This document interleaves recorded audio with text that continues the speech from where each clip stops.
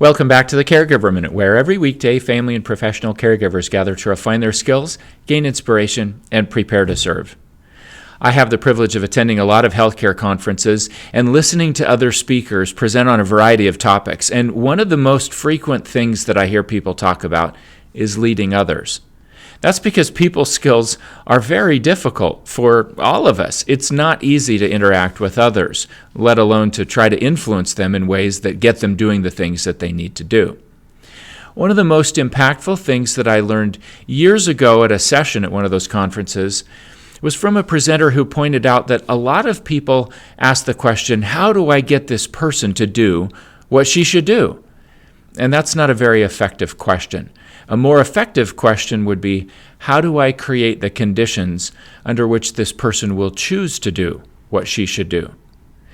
Now, for family and professional caregivers, we run into a lot of situations where we might be scratching our head saying, how do I get this person to do what she should do? But if we consider the other question, how do we create conditions, then we can start to unearth some answers. I recently attended a conference and went to a session on leadership where the presenter, an expert on the topic, talked about 3 conditions that need to be met before people will feel comfortable following someone else. He said they need to feel safe, they need to have freedom within appropriate boundaries, and they need to feel important, like what they're doing actually matters. Think about how that applies to the people that we're serving. When we're running into a situation saying, how do I get him to do what he needs to do? We might ask ourselves, does he feel safe?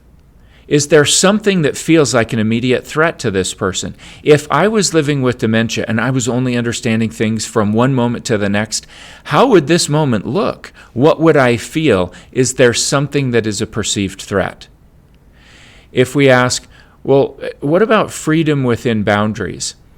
This is kind of like parenting styles. There are essentially 3 ways that we can parent. You can be authoritarian, where you just bark out orders constantly. You can be permissive, where it's anything goes, laissez-faire, hands off, you just do whatever you want. And then there's sort of a combination of the 2, a blending where you're more authoritative. And parenting experts would point out that authoritative parenting styles tend to be a lot more effective.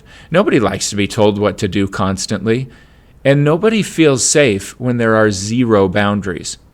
So we might ask ourselves with the people that we're serving, are we setting appropriate boundaries but giving them as much freedom as possible? And when it comes to feeling needed, how often do people with dementia or people in a caregiving situation in general get asked if they could help with something? I've learned over time that when you approach someone, make a connection with them, and then say, hey, could you help me with one thing? It's always something that feels positive to the other person. People want to be needed and necessary. People want to know that they matter.